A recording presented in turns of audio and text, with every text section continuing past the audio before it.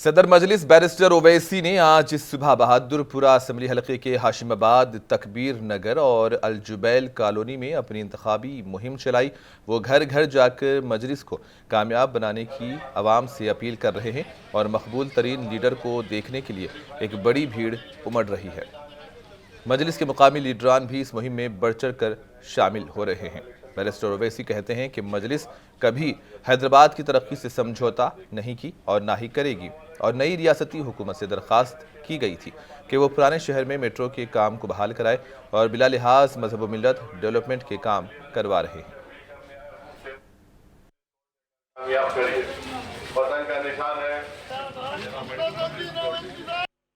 इंशाअल्लाह ताला जहाँ तक डेवलपमेंट की बात है, हम डेवलपमेंट कराते आए हैं और करवाते रहेंगे।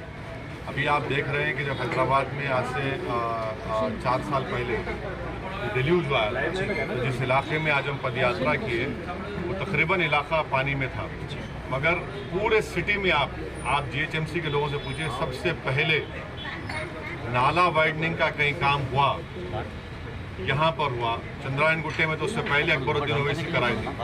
हम लोग यहाँ की जनता का शुक्रगुजार हूँ, आगे बढ़कर अपने घर को दिए और बड़ा नाला हम यहाँ पर तामीर किए। अभी भी आगे 2-3 बिट्स बाकी हैं, तो डेवलपमेंट के ऊपर कोई कॉम्प्रोमाइज़ एमआईएम ने कभी किया ना करेंगे।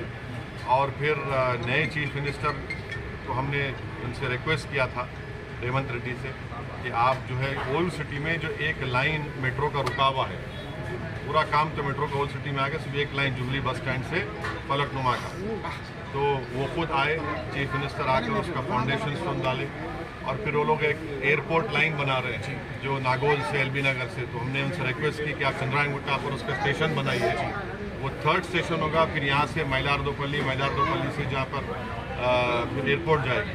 तो रोड वाइडनिंग के लिए भी मैं चीफ मिनिस्टर से मिलकर 200 करोड़ रुपये रोड वाइडनिंग के मंजूर कराया हूँ, सिर्फ 4 इलाकों के लिए। 200 करोड़ में काम शुरू हुआ है, उसको एक्चुअली चाहिए कम से कम 800 करोड़। सो 200 करोड़ में तो अब चेक्स जारी हो गए। तो ये डेवलपमेंट के ऊपर कोई कॉम्प्रोमाइज़ एमआईएम पार्टी ने नहीं किया और हम हर जगह पर बिला लिहाज मजहब मिल्लत डेवलपमेंट के काम एमआईएम पार्टी करवाती आई है।